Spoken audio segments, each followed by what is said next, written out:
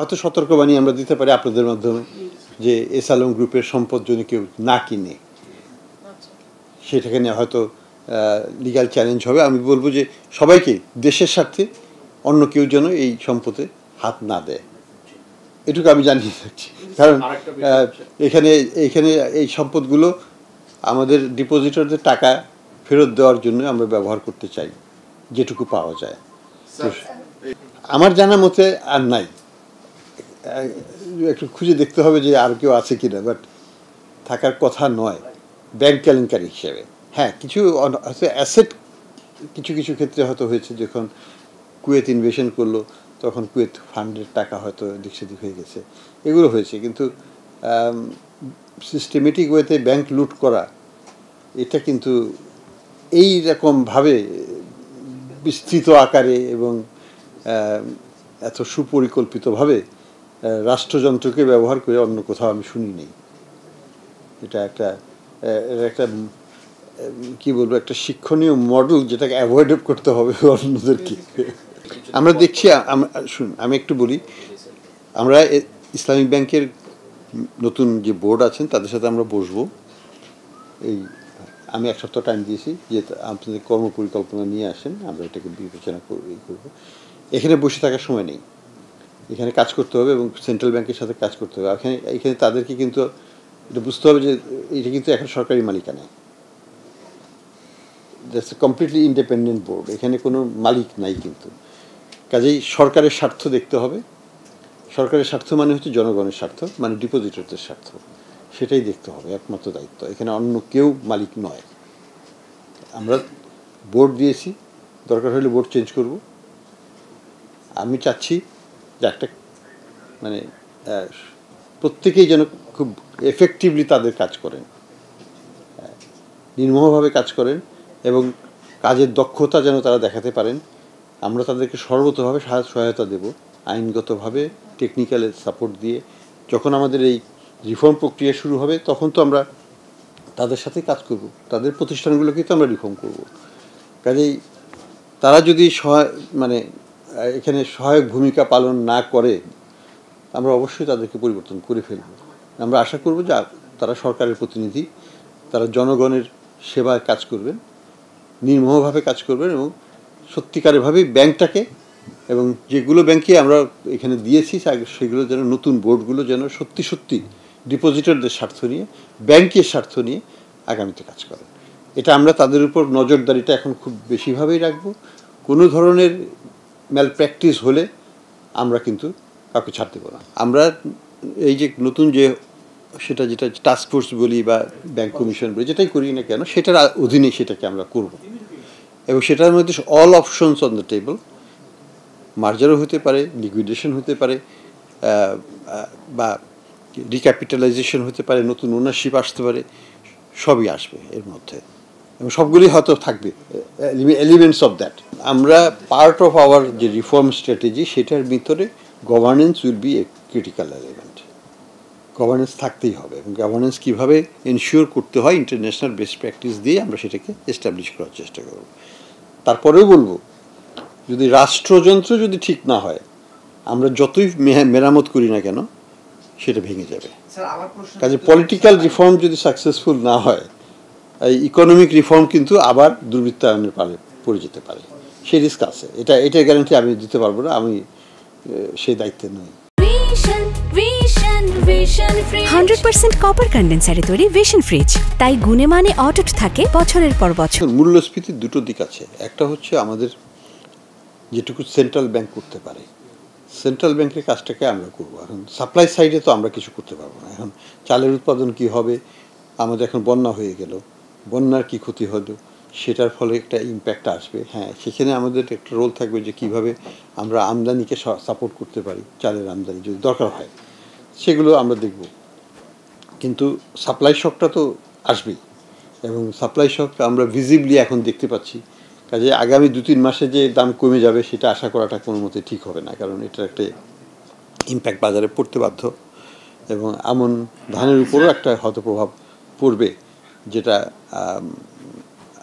আমাদেরকে ধরে নিতে হবে, এটা সুখবর না আমাদের মূল্যস্ফীতি কমানোর ব্যাপারে। না একটু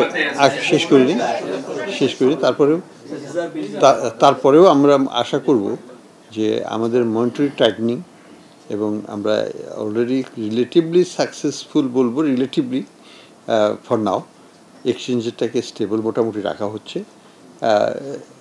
এই যদি এক্সচেঞ্জের স্টেবিলিটিটা আমরা ধরে রাখতে পারি তাহলে আমদানি সোর্সের যেটা ইনফ্লেশনটা হয় সেটা হবে না, সেটা একটা দিক।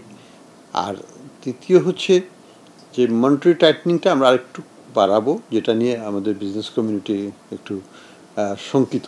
তাদেরকেও আমরা বুঝিয়েছি যে এটা স্বল্প দিনের জন্য একটু কষ্ট করতে হবে, কিন্তু আমরা সুদিনের অপেক্ষায় এই কষ্টটা করব।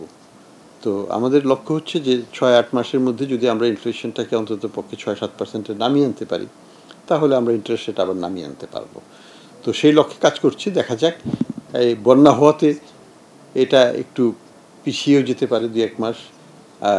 আমি এখনও আশাবাদী যে 6-7 মাসের মধ্যে হয়তো এখনও হতে পারে, দেখা যাক। এগুলো কোনো প্রেডিক্টেবল বলে কিছু নাই, কোনো ক্রিস্টাল বল আমার হাতে নাই। আমরা এভিডেন্স যখন আসবে সেটার ভিত্তিতে আমাকে পলিসি করতে হবে। ইটস এ মুভিং টার্গেট, আমাকে সেইভাবে অ্যাডজাস্ট করে নিতে হবে আমার পলিসিকে। তো এটা একটা জিনিস। আর রিজার্ভ ম্যানেজমেন্টের দিক থেকে আমাদের বক্তব্য এখন হচ্ছে যে আমরা বর্তমানে ট্রাইং আওয়ার বেস্ট, আমাদের রিজার্ভ আর আমরা বিক্রি করছি না, একটাও না, $1 না। আমি আসার পরে $1 বিক্রি করা হয়েছে, হয়নি। তো দ্যাটস পলিসি শিফট নাম্বার 1। ফলে কমার কোনো সম্ভাবনা নাই, বাড়ার সম্ভাবনা আছে, কারণ কিছু না কিছু তো আসলে আমরা কিছুটা বাড়াতে পারবো। তো এটাই হচ্ছে বর্তমান চিত্র। আমরা চেষ্টা করছি এই যে ইন্টারব্যাংক মার্কেট থেকে ডলার ডাইভার্ট করে নিয়ে সোনালী ব্যাংকে দেওয়া, পূবালী ব্যাংকে, রুয়াল ব্যাংকে দেওয়া, যাতে সরকারের যে এলসিগুলো খোলা হয়ে গেছে অলরেডি সেগুলো যেন ওইটাকে আমরা সেটেল করতে পারি। এই জন্য প্রতিদিন আমরা প্রায় 60-70 মিলিয়নের মতো বাজার থেকে তুলছি বাংলাদেশ ব্যাংক হয়ে, এবং সেটা আমরা সোনালী এবং অন্যান্য ব্যাংকের থ্রুতে এই পাওয়ার সেক্টরের জন্যই মোস্টলি দেওয়া হচ্ছে। এই পর্যন্ত আমি আসার পরে 300 মিলিয়ন পাওয়ার সেক্টরকে আমরা বাজার থেকে তুলে দিয়েছি, যেটা থেকে তারা পে করছেন। আমরা প্রায় 35 মিলিয়ন দিয়েছি এগ্রিকালচারাল ইনপুট আনার জন্য। আজকে আর আশা করছি আরও 20-30 মিলিয়ন এগ্রিকালচারাল ইনপুটের জন্য দেওয়া হবে। তো এইভাবে আমরা চেষ্টা করছি এটাকে ম্যানেজ করতে, যে ইমিডিয়েট যে নিডস, যাতে কোনো এলএনজি যেন খালি না আসে, মানে সাপ্লাইয়ের যে সিকোয়েন্সটা আছে, ডেলিভারি সিকোয়েন্স, সেটা যেন আমরা কোনো মতেই মিস না করি, সেটা আমরা ইনশিওর করছি। এবং সারের যে আমদানি, যে লক্ষ্য, যে অর্ডারগুলো প্লেস করা হয়েছে, যেগুলো জাহাজ বন্দরে অপেক্ষা করছে, পেমেন্ট না হলে তারা মাল তুলবে না বা জাহাজ ছাড়তে দেবে না, সেই ক্ষেত্রে আমরা সেই পেমেন্টগুলো করার চেষ্টা করছি, যাতে ওই জাহাজগুলো মাল নিয়ে চট্টগ্রামে চলে আসতে পারে যথাসময়ে।